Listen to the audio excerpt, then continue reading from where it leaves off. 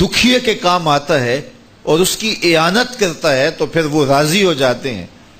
غریب پھنسے ہوئے ماں باپ، گھر بیٹی جوان ہو رہی ہے اور بڑھاپے کی طرف اس کا رخ ہو رہا ہے اور ان کے پاس ہمت نہیں ہے کہ ان بیٹی کو اٹھا سکیں، تو کوئی صاحب ثروت چپکے میں جا کے ان کی مدد کر دیتا ہے کہ تیری بیٹی میری بیٹی ہے اور اس کو تو نے گھر کی دہلیز سے اٹھانا ہے، تو پھر وہ ایک دم خوش ہو جاتا ہے اور آسودہ ہو کے اس کا انتظام کرتا ہے اس کی شادی کا۔ تو کوئی جانتا ہے کہ اس بوڑھے ماں باپ کے دل سے کتنی دعائیں نکلتی ہیں اور اس جو ہے وہ بیٹی کے دل سے کتنی تمنائیں اور کتنی جو ہے وہ نیک جذبات ان اشخاص کے لیے ہوتے ہیں جو ان کی مدد کے لیے کھڑے ہوئے۔ تو کوئی اس کا وزن ہے؟ کوئی وزن نہیں کر سکتا کہ اللہ تعالیٰ اس کی برکت کتنی عطا کرتا ہے۔ تو میرے حضور نے ارشاد فرمایا تمہیں جو رزق دیا جاتا ہے، مصائب سے تمہیں بچا لیا جاتا ہے، آتی آتی تکلیف ٹل جاتی ہے، تمہاری نصرت دشمن کے مقابلے میں ہوتی ہے، حاسدین کے مقابلے میں تم کھڑے ہو جاتے ہو۔ فرمایا تمہیں پتہ ہے یہ تمہیں کیوں ایسا ہوتا ہے؟ فرمایا الا بدعفائکم، جو تمہارے معاشرے کے کمزور لوگ ہیں جن کی تم نے مدد کی، فرمایا یہ ان کی دعاؤں کا نتیجہ ہوتا ہے۔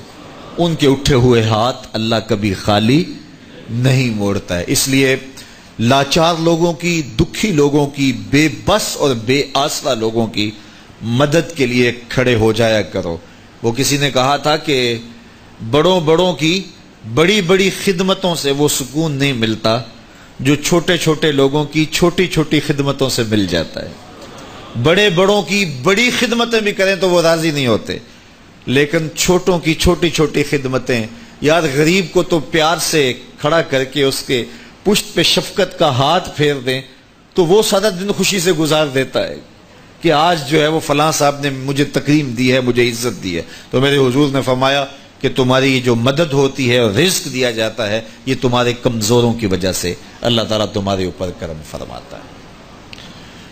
اچھا، ایک اور ذریعہ رزق کے اضافے کا حضرت عبداللہ ابن مسعود رضی اللہ تعالی عنہ کی مرویات سے۔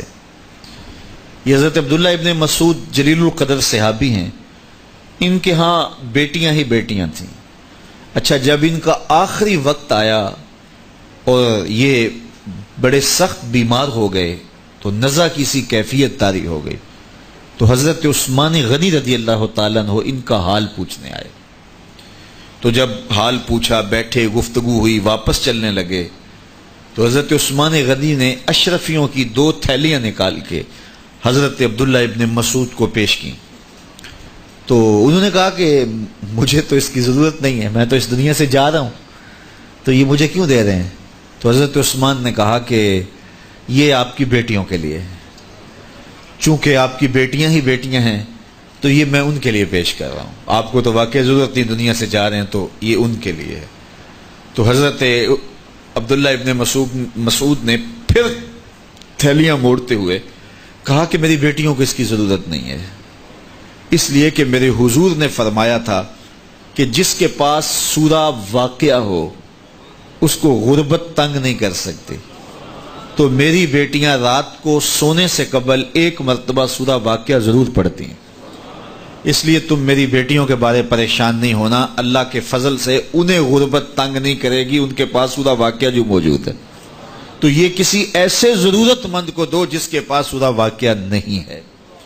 تو سورہ واقعہ کی تلاوت یقیناً رزق کی فراوانیاں اور رزق کی برکتیں حاصل کرنے کا ایک ذریعہ ہے، اور دروازے کھل جاتے ہیں اگر سورہ واقعہ کی تلاوت تسلسل کے ساتھ کی جائے۔ اس لیے اپنے معمولات میں سورہ واقعہ کو شامل کر لیجئے گا، اس کی برکات سے انشاءاللہ رزق کی فراوانیاں نصیب ہوتی ہیں۔